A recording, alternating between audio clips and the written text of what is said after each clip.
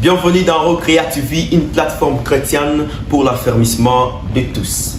On avance et on avance par la grâce de Dieu. Aujourd'hui, nous sommes au 4e épisode de notre série d'enseignement sur le fondement de l'Église. On avait comme texte de base 1 Corinthiens chapitre 3, le verset 11, là où Paul est en train de dire « Car personne ne peut poser un autre fondement que celui qui a été posé, savoir Jésus-Christ. » Alléluia. Dans le 3e épisode, on était en train de parler de la 3e vérité sur savoir Jésus-Christ. Et on a dit que savoir Jésus-Christ, ça nous amène à suivre Jésus-Christ. D'où on a vu des conditions pour suivre Jésus-Christ. On a commencé à expliquer la première condition, renoncer à soi-même. Et aujourd'hui, nous allons voir la deuxième condition, c'est charger chaque jour de sa croix. Je vous propose Luc chapitre 9, le verset 23. Là, on a bien en train de dire, Jésus est en train de dire à ses disciples, si quelqu'un veut venir après moi, qu'il renonce à lui-même, qu'il se charge chaque jour de sa croix, qu'il me suive. Se charger chaque jour de sa croix peut avoir plusieurs définitions, plusieurs significations, mais dans ces détails, le mot-clé, c'est la croix. Et la croix peut être définie dans diverses manières. Mais en se résumant, laisse-moi donner 3 à 4 vérités sur la croix. Premièrement, le dictionnaire me présente la croix sous forme d'un gibet où l'on attachait les criminels dans l'Antiquité. Alors, qu'est-ce que ça pouvait donner si je rentrais dans l'Antiquité pour voir ou pour prendre comme échantillon la perception juive face à la croix?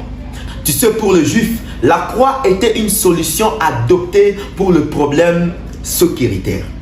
Parce qu'on a dit qu'à la croix, on tuait le criminel. Alors, ces derniers étaient la cause de l'insécurité et de l'instabilité dans la ville. Alors, la croix mettait fin à leur vie pour aussi marquer la fin de malheur pour la population. Mais au-delà de ça, quittant l'Antiquité vers l'époque contemporaine. Aujourd'hui, lorsque moi je vois la croix, quelle est notre perception face à la croix? La croix aujourd'hui, c'est en quelque sorte symbole de la mort. Parce que la croix est gravée sur le cercueil. La croix décore même le tombeau. Alléluia.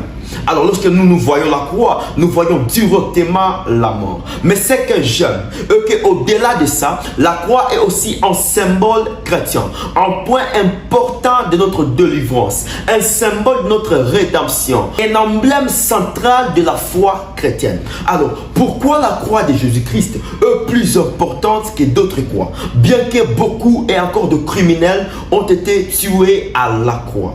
Laisse-moi te dire, bien-aimé, la dérivée de la croix n'est pas la mort, mais la dérivée de la croix, c'est la résurrection. C'est pourquoi la mort qui a vaincu toute autre personne, la mort qui a vaincu plusieurs, Jésus-Christ lui l'a vaincu. Il a vaincu la mort. C'est pourquoi aujourd'hui, il est le seul et l'unique fondement de l'Église. Et alors, c'est charger chaque jour de sa croix veut dire quoi?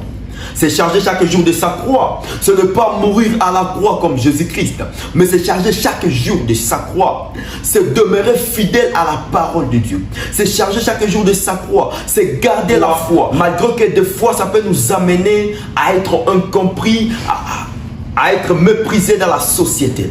Bien-aimé, celui qui se charge chaque jour de sa croix, c'est celui qui est prêt à la honte, c'est celui qui est prêt au rejet, c'est celui qui est prêt à la persécution, c'est celui qui est prêt à tout perdre pour être fidèle et obéissant à Dieu. Bien-aimé, si nous appelons chrétiens, acceptons aussi de se charger chaque jour de notre croix. Acceptons de donner à Jésus-Christ la première place dans notre vie.